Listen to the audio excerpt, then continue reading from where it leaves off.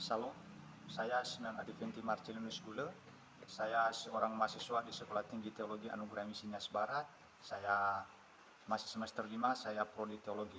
Pada saat ini saya ingin menjelaskan tentang kontekstualisasi. Di sana di kampus kami mempelajari yang namanya kontekstualisasi. Karena di dalam kontekstualisasi ini berbicara bagaimana kita menyesuaikan diri, bagaimana kita seorang misi dapat menyesuaikan diri sehingga kita dapat beritakan Injil dan menyampaikan tentang Yesus Kristus tersebut. Pada saat ini saya ingin menjelaskan istilah tentang kontekstualisasi. Kontekstualisasi ini istilah yang dipakai dalam bidang misi. Istilah ini menjadi populer setelah misi mengalami perkembangan secara luas. Setiap orang pemberita Injil berusaha untuk memberitakan Injil dengan istilah yang dapat dipahami, yang dapat mudah dimengerti, bagaimana seorang pendengar atau di mana kita menyampaikan Injil tersebut dapat membuat seseorang itu menarik untuk mendengarkan Injil tersebut. Jadi kontekstualisasi ini adalah sebuah usaha seorang pemberita Injil, ya, berbagai situasi, yaitu kontekstualisasi. Jadi di sini sangat penting bagi kita seorang yang misi, bagaimana kita bisa memahami, melihat situasi keadaan, kita menyesuaikan diri dalam memberitakan Injil. Jadi di sini karena itu sekiranya dengan memperhatikan kontekstualisasi secara khusus diharapkan gereja akan mengalami perkembangan secara kualitatif dan kuantitatif.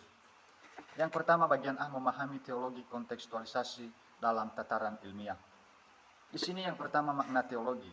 Istilah teologi berasal dari bahasa Yunani, teologia, yang akar kata ialah theos atau God, dan logos adalah discourse, ya.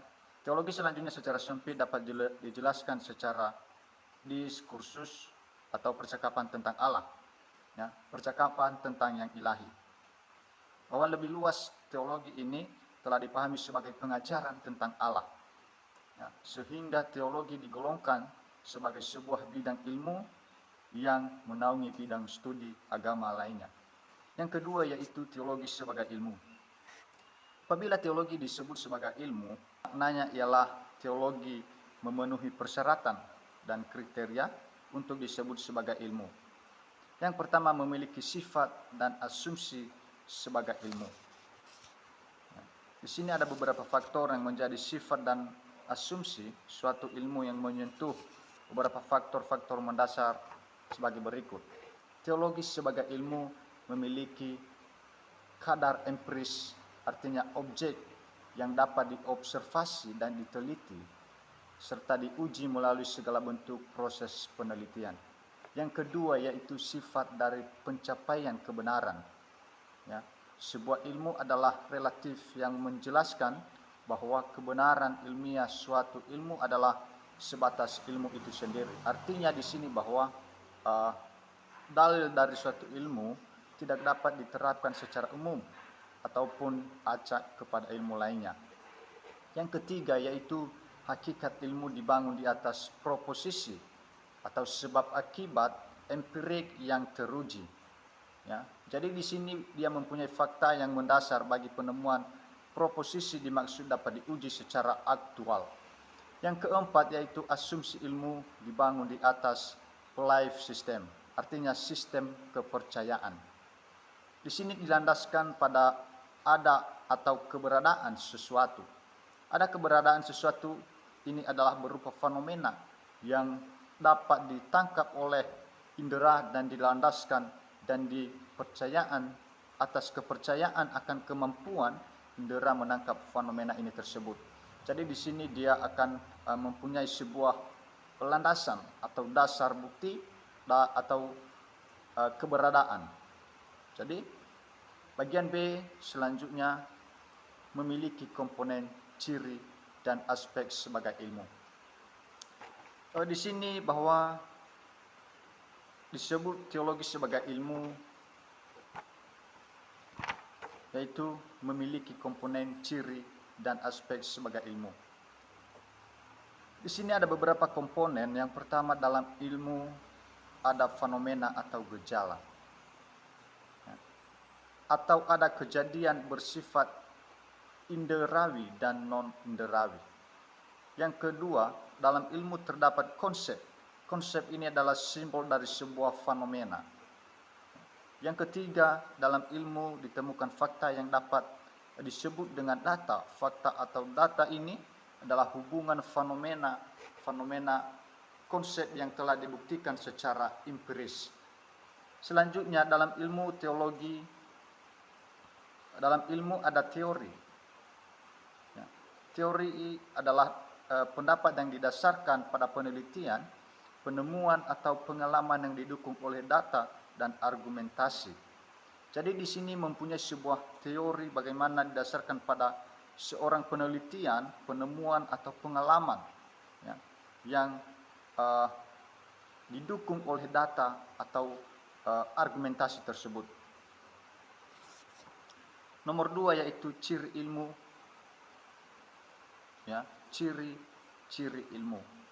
Ciri-ciri dari ilmu dapat menyentuh aspek-aspek khusus, yaitu yang pertama, ilmu memiliki objek, dan ini menunjukkan bahwa hakikat, sifat, dan batasan dari objek ilmu adalah jelas. Yang artinya bahwa ciri-ciri ilmu ini adalah menunjukkan hakikat, ya, atau mempunyai objek yang jelas, supaya atau kita bisa mengatakan mempunyai dasar yang jelas.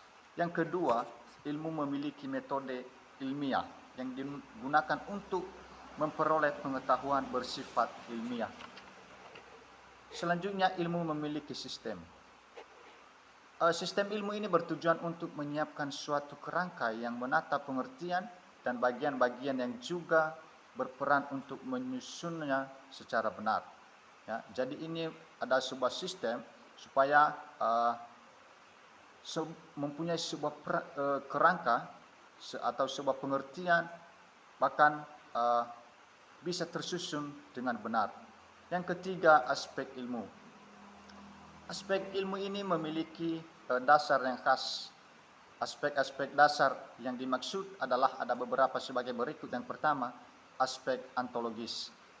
Di sini berbicara tentang aspek ontologis adalah tentang apa yang menyangkut pada hakikat atau keberadaan dari suatu yang dibangun di atas pengalaman manusia dan dapat diobservasi. Ya, jadi dapat diobservasi sehingga keberadaan itu dapat dilihat benar atau tidak. Yang kedua, aspek epistemologis.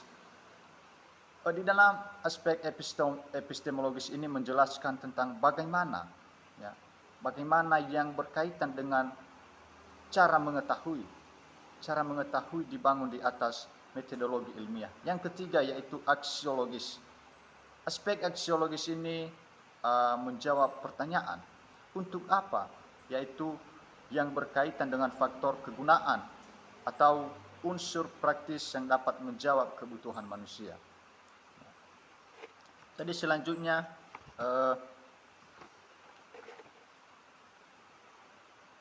bagian C memiliki nilai keberadaan yang dapat diukur. Ya. Di sini memiliki nilai keberadaan yang dapat diukur sebagai ilmu.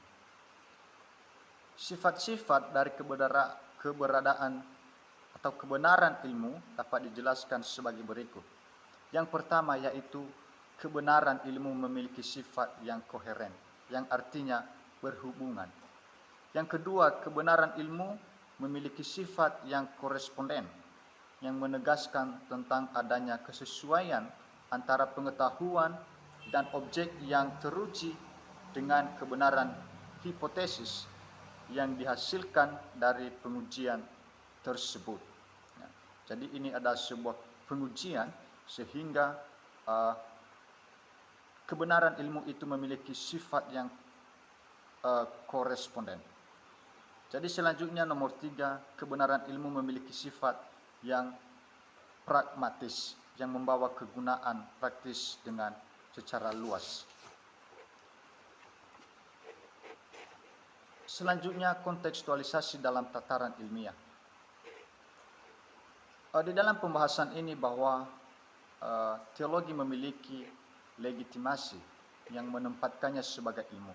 Legitimasi ini memberikan penekanan atau sebuah penekanan khusus bahwa pendekatan keilmuan atas pemikiran atau kontekstualisasi yang memenuhi tuntutan ilmu dari tataran empiris dan memberikan pertanggungjawaban secara objektif. Ya, jadi ini harus mempunyai sebuah objektif, dan pada sisi yang lain teologi dilandaskan pada pendekatan subjektif terhadap Alkitab yang adalah firman Allah sebagai sumber utama teologi itu tersebut. Jadi di sini berbicara tentang tataran ilmiah ini atau mempunyai sebuah objek atau landasan terhadap atau landasan dari sebuah Alkitab. Selanjutnya, karena itu kita bisa mengatakan bahwa kontekstualisasi berada pada premis bahwa Allah berbicara kepada manusia dalam konteks yang dapat diterima oleh manusia. Jadi ini penting sekali bagaimana kontekstualisasi dalam tataran ilmiah bahwa seorang pemberita Injil adalah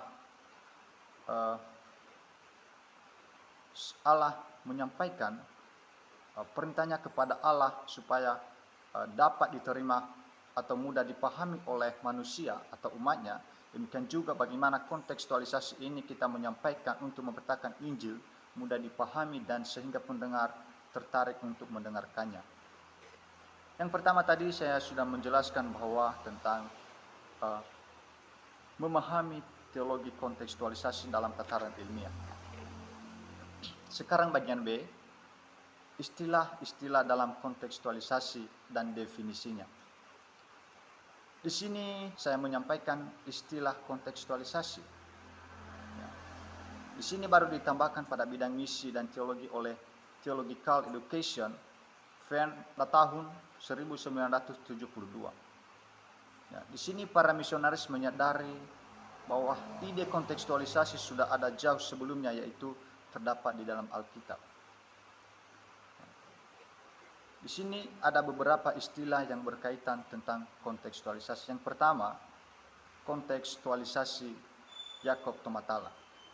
Di sini Yakob Tomatala mendefinisikan kata kontekstualisasi adalah berasal dari kata konteks yang diangkat dari kata Latin, yaitu kontexter, yang berarti menenun atau menghubungkan bersama, menjadikan satu. Pengertian ini menjelaskan bahwa berbicara tentang kontekstualisasi, perhatian ditunjukkan pada dua yang lebih komponen yang disatukan atau dengan kata lain kontekstualisasi. Di sini berbicara tentang penyatuan beberapa komponen. Ya. Jadi secara sederhana bahwa konteks adalah suatu kesatuan dan kumpulan kalimat di mana di dalamnya terdapat teks. Untuk pengertian ini bahwa kita memahami setiap teks dapat dimengerti secara dapat hubungan dengan konteksnya atau disatukan supaya menjadi satu dan mudah dipahami dan menjadi sebuah pemahaman, ya, atau menghubungkan teks dengan teks yang lain sehingga itu menjadi satu dan bergabung. Penggunaan istilah konteks ini haruslah ditempatkan pada arti yang tepat untuk menjelaskan maksud secara tepat dan pula. Di sini sebuah pemahaman yang sederhana mengenai kontekstualisasi yang ditemukan oleh Kobong adalah sebagai berikut. Kalau kita mendengarkan Injil Yesus Kristus diberitakan kepada kita, lalu kita berusaha mengertinya dengan cara kita sendiri, berpikir dan bertindak yang dibentuk dan ditentukan oleh adat istiadat kebudayaan kita, lalu hasil penyataan itu kemudian kita tuangkan dalam bentuk yang dapat kita pahami dan hayati, maka itu sudah terlibat dalam kontekstualisasi. Ya, jadi karena di sini berbicara tentang bagaimana kita menyatukan ketika kita mendengarkan sebuah Injil dan kita berpikir atau bertindak sehingga dibentuk dan ditentukan oleh adat istiadat, yang artinya bahwa kontekstualisasi menyatukan sebuah teks atau Injil yang kita dengarkan tersebut. Jadi yang dinyatakan Kobong ini pada kutipan yang ia jelaskan atau yang ia sampaikan memberi penekanan pada usaha penghayatan Injil yang bersentuhan dengan kondisi penerima Injil, tetapi juga dipengaruhi oleh siapa pemberitakannya.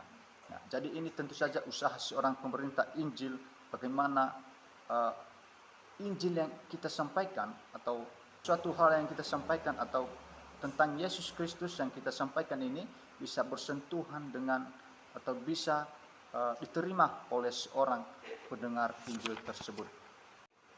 Yang kedua yaitu enkulturasi. Di sini menjelaskan tentang enkulturasi ini arti secara harafiah dari istilah enkulturasi adalah pembudayaan atau proses dari segala sosial budaya menjadi satu adat dan pranata yang baku. Enkulturasi ini lebih menitik beratkan pada perubahan budaya yang terjadi di dalam budaya itu sendiri. Istilah ini adalah alkulturasi yang artinya proses masuknya budaya asing dalam suatu masyarakat sehingga menyerap secara selektif sedikit atau banyak unsur budaya tersebut dan sebagian menolak budaya itu. Jadi di sini berkaitan tentang kontekstualisasi bahwa akulturasi ini adalah suatu proses yang menggabungkan prinsip teologi tentang penjelmaan dengan konsep ilmu tentang akulturasi atau penyesuaian diri dengan suatu budaya tersebut. Jadi sehingga di sini bahwa artinya bahwa proses masuknya budaya asing dalam suatu masyarakat sehingga dapat menyerap secara selektif atau budaya tersebut sebagian menolak budaya itu. Jadi yang ketiga yaitu indigenisasi. Di sini didefinisikan indigenisasi berasal dari indigenous yang diterjemahkan sebagai pribumi, ya, atau seorang penduduk, berpijak pada teori indigenisasi yang dikembangkan oleh Rufus Anderson dan Henry Venn yang populer dengan istilah 3 diri. Yang pertama yaitu their self, ya. Yang kedua self-governing. Ketiga yaitu self-supporting atau pendukung, dan self-propagating yaitu membelah diri atau mengembangkan. Istilah indigenisasi ini dijelaskan bahwa lebih diartikan sebagai kemandirian orang pribumi atau mengekspresikan pemahamannya tentang Allah. Nah, dalam pengertian ini bahwa apapun yang diekspresikan untuk memahami Allah dalam konteks budaya, pribumi dapat atau tetap pada pengakuan bahwa Injil memiliki kewibawaan yang lebih tinggi daripada budaya. Jadi di sini bahwa Injil lebih utama dari budaya tersebut, sehingga Injil yang menjadi tolak ukur dari sebuah indigenisasi. Bab 2, landasan Alkitab tentang kontekstualisasi.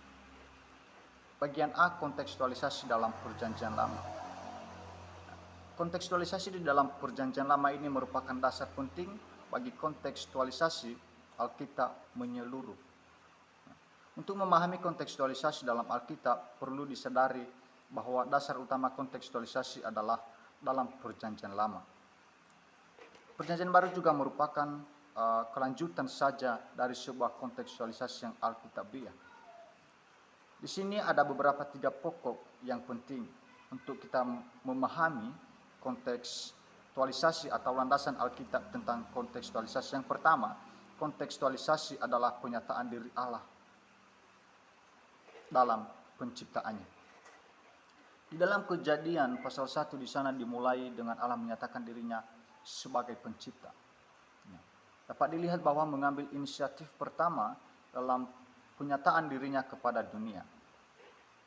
Untuk pemahaman yang lebih jelas lagi bisa kita melihat melalui beberapa fakta dalam Alkitab di dalam Keluaran pasal 20 ayat 1. Yesaya pasal 45 ayat 3 sampai ayatnya yang ke-6.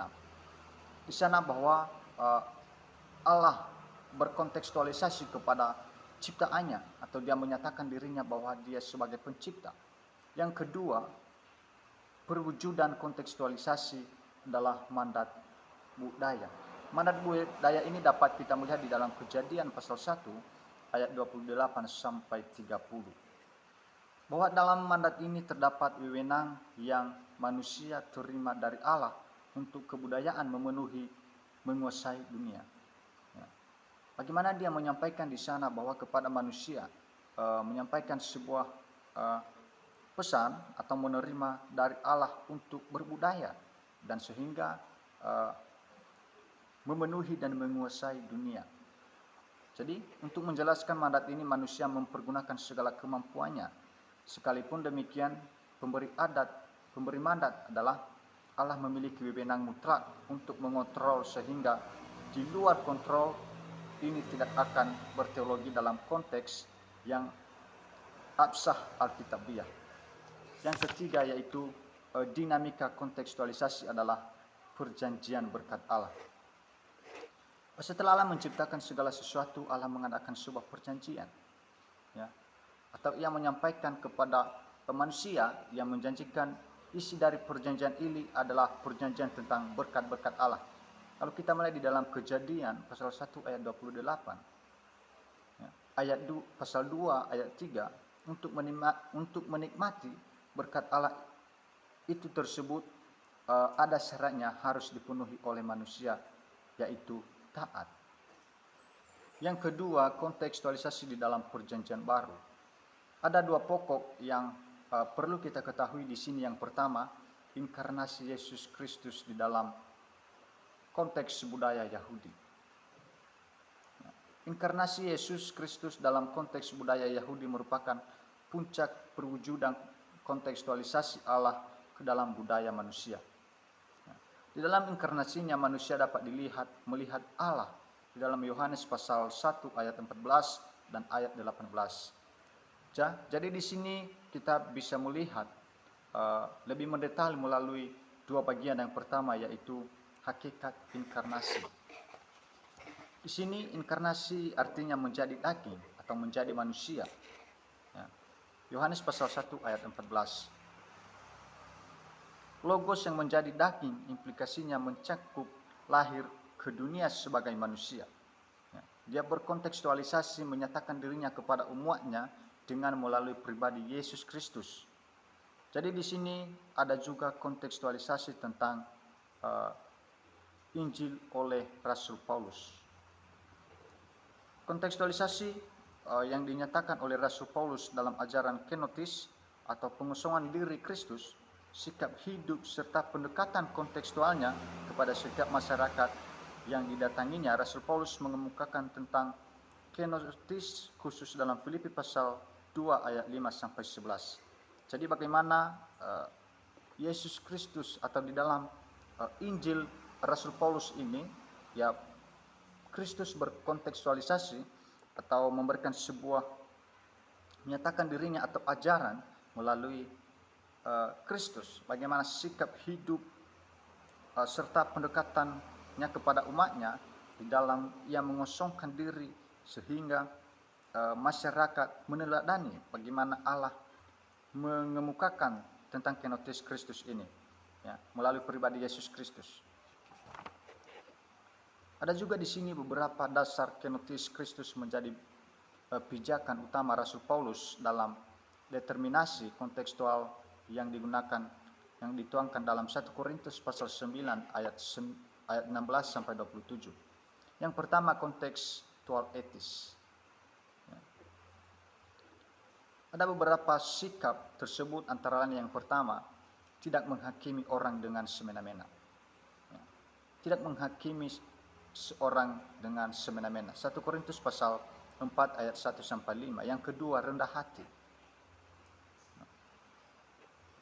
Yang ketiga, mengembangkan sikap untuk tidak diperhamba oleh apapun juga.